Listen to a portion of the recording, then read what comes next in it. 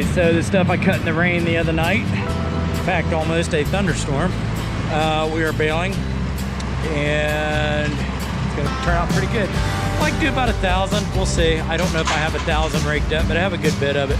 Some of the stuff there in the bottom is still gonna be a little wet, we know that. I was gonna handle this myself because Dad broke the tedder earlier, it just needs a weld. I told him he could stay back and do that, but no, here we are. He's up here, he's in the baler, he's in the air conditioning, it's good. I think it's supposed to hit almost 80 today, maybe like 83 tomorrow. It's good, I'll take it. Rain Thursday, this is Monday, so we're good. It rained Wednesday night anyway. We had a problem starting out. A knot got caught in one of the eyelets. That the string runs through before it gets to the knotters, and caused it not to tie about 6 bales. So he's running through that mess right now, and that's what that little bit of mess is right beside him. It happens. We're trying a new thing on this first cutting. We have not raked the end rows because what we find out is when we come off, we always make a mess, it seems like. So we're not doing that now. We're not raking the end rows. And there goes our mayor of Jamestown. And anyway, we're not raking the end rows for now so that they're not great big bunches, and we'll rake it up before we're done. Rake's right here behind me. So my plan is to bale a bunch of this, get it picked up because some of the ground's still damp. Right here where our truck's sitting, that ground's damp. We're gonna have to be careful, especially with Dad. He's got street tires. Anyway, is to get that and get it picked up and then go round bale this evening at the big field behind Kirkendall's, but it's not raked yet. Rake is right there. I don't know, we'll see how it goes. Ground is kind of drying up. Do the heel test up here. Yeah, he's soft, see? There's mud right there. Gotta be careful. I seen a guy that has row crops across the road over there. He was checking that out, probably to see if he can get in there and plant. I don't know, be a little touchy to me. I would think, I don't know. Maybe if he was turbo tilling and just scratch the top of the ground, if you get through without sticking to your tires or getting stuck anywhere, then the sun would bake it and dry it out. We got a little bit of a haze. So just a little bit ago, and of course I couldn't grab my camera in time, but a Haynado, that's what we call it, wiped out our windrow. I was in the bottom down there. Wiped this out and yeah, did this mess, and luckily I had the window up in my truck. So what's a Haynado, you ask? Well, it's, I don't know, whirlwind, whatever you want to call them. We see them in our hay fields all the time, and they're real obvious when they pick up hay and move it. I mean, so it swept across here. You can kind of see what it did over here and what it did here. Yeah. Well, here we are, day 2 in this field here. Dad's catching some inrows there that I re-raked. Like I said yesterday in one of those videos, we're not raking the windrows the first go round. Wait until it gets the main rows baled off and then go back and hit them. I don't know, seems like some running around, but then again, it's not getting bunched up and taking a chance of plugging it up or breaking a shear bolt. So that's what he's doing there now. I got some on the hill there we didn't get yesterday. I flipped it over and then raked that bottom. That bottom's really soggy, so my plan was to help him get the tight spots and make sure all the bales are picked up and out of his way, and get on down the road and do some raking in Kirkendall's field, where I'm going to finish the day round baling there. But I better stick here because those bales can't sit on the ground down there, right down there in that bottom spot. The creek is down there, and it's just really soggy down there. It was last year too, and it was drier than this last year. So a lot of this ground is real soft. You can see this low spot right in here. We've left some marks in there, but it's an old cattle pasture, and I don't know what went on in this area right in here, but it's really rough. It dips down, and I don't know what's going on there.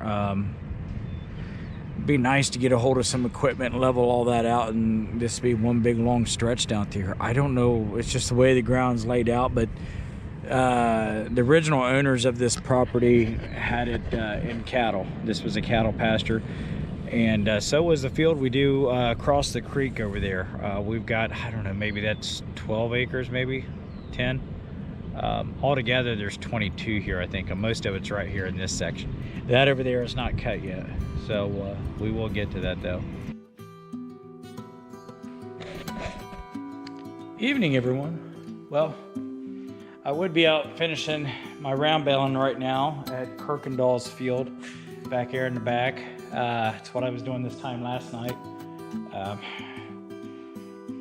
I made 25, 26 of them there last night. And these birds drive me crazy. I don't like them in here. And I'm tired, sorry. Went back here tonight to finish it up after we baled this stuff at Jack's. And went back here tonight to finish it up. Probably had maybe 15 more to make. Dad had raked it. And on the third bale, a bearing went out. I was on the phone with someone. I heard one heck of a noise, metal noise like, and I thought, what is that? And turned it on slow, went out and listened and seen it. It's the chain that goes around and around that's hooked to the bars. You got the big chain on both sides. Well, it'll be right on these rollers, and one of those bearings is out. The neat thing is I've got spare parts from the old baler that busted on us, and we took every part that we thought we might need off of that baler and kept it. And we've got plenty of spare parts, gearboxes, bearings, sheet metal. We've got a little bit of everything. And I've got water out here running for the cow. Better go check that. So, yep, water's full. Hey, doesn't hurt. Anyway, so had to stop. Takes about an hour to fix that. You got to pull the chain away from it, and one big nut and bolt. Take it out, and we should have a whole new sprocket and everything. We don't have to change the bearing. I believe we can just slide another one on, set the chain back down on it, and go. Thinking I might take the loader and the pallet forks and chain to it at 2 different places and lift it up. I might do that, but that's all you got to do is pull it away from it. And it sounds easy, but it can be hard to do. I've actually done it myself out in the field with 2 come-alongs, and you just pull it away from it, and that's the hardest thing to do. And some 4x4 pieces of wood, rigged up a thing. It was probably a little sketchy. Changed it out real quick. But that was one morning I needed to finish round baling and wasn't worried about weather and all that. The stuff back here at Kirkendall's, it's cattle hay. Yeah, we don't want it to get rained on because it's a custom job and we're doing it for someone. But I can't get that fixed and get that back there tonight. It's just not gonna happen. So rain's coming tomorrow. I've got the gooseneck trailer loaded with 171 bales of grass hay that we baled yesterday and the day before up the road. It's a pretty good size load, but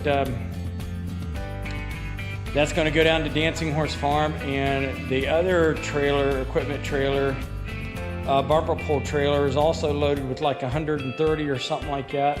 So yeah, Jack's, we went back here. Dad thought we was going to have a really long day and might not get this in today or get Jack's done, but we did. He baled 971 bales in about 3 hours and 45 minutes. That's getting it done. Nothing went wrong with the baler accumulator. Just went right along. He hummed right along, and I went back here and started picking up. He was probably, at that point, probably 100 bales ahead of me, and I never caught him. Yeah, that's a decent load. But yeah, the big 26-foot wagon, first time we've used it this year, it's got 190 on it. Done right, I can get 200 on there and it'll hold it just fine. It does have steel runners under it, so the tires will blow before the wagon breaks. So that's that. I'm going to unload at Jack's barn with his Bobcat using our grapples.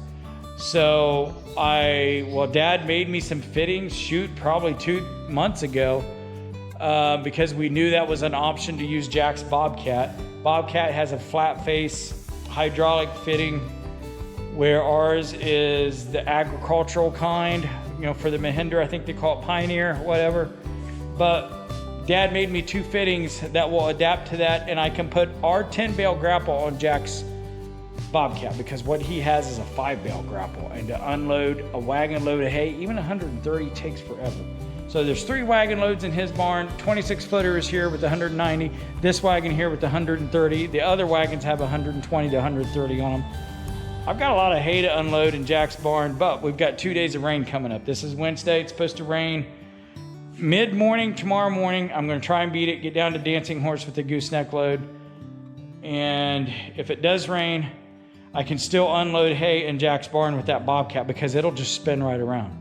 So that's the plan. Talked to Mike this evening. He may be coming back to help us. He's in between jobs and stuff, and he may be coming back to help us. Dad's getting really tired, so that's that. And I need to get this finished. I want to put that twine somewhere else, stack it somewhere else. We're going to put hay in here for sure, but I don't need to yet. That box was way over there. Must have had a heck of a breeze through here today.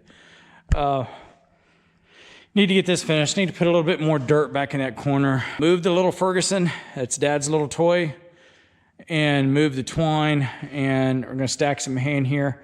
I said it'd be a great place if we had to put hay on pallets, which that is an option for Dancing Horse Farm. And these things keep falling all over the place. I can't keep them up. That is an option for Dancing Horse Farm to unload down there using their loader and pallet forks if it's on pallets. But you got to put the hay on pallets. All right, I'm going to call it an evening. I thought I'd be out round belling for at least another hour or so. It is what it is. Go home, get a shower, take a break, have a beer, call it an evening. We'll see you.